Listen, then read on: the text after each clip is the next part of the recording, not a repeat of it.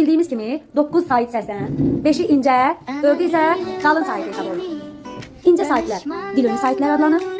Qalın saitlər isə dil arxası saitlər də adlandırılır. Ona görə ki, qalın saitlər dilin arxasında səslənir, incə saitlər isə dilin önündə səslənir.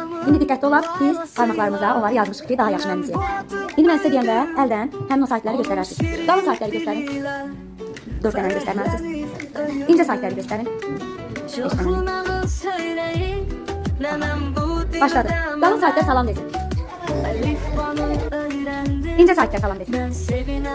Dil önü saitlər salam desin. Dil önü. Dil önü hansıydı? Dil önü incə. Kim çaşdı? Qalın saitlər salam desin. Dil arxası saitlər salam desin. Əlini dəyişən uduzur. Qalın ilə dil arxasıdır. Kim əlini dəyişdirsə uduzur.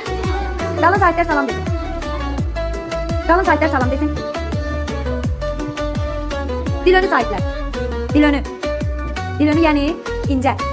Dil arxası yəni qalın. Qalın. Qalın saitləri göstərin. İncə saitləri göstərin. Qalın, incə, qalın, incə. Qalın. Qalın. Qalın. Dəyişmə olmaz. İncə, qalın, incə, qalın, incə, incə. Dil önü saitlər. Dil önü hansıdır? İncələr yəni. Dil arxası. Dil önü, dil arxası sait. Qalın saitlər. Əlini dəyişən uduzdur. Dil arxası ilə qalınlar ilə. İncə saitləri göstərin. İncə. İncə. Qalın. İncə. Qalın. Xədicə 5'i göstərdin qalın deyəndə. Qalın. Qalın. İncə. Qalın. İncə. Parmaqlarınızda saitləri görək.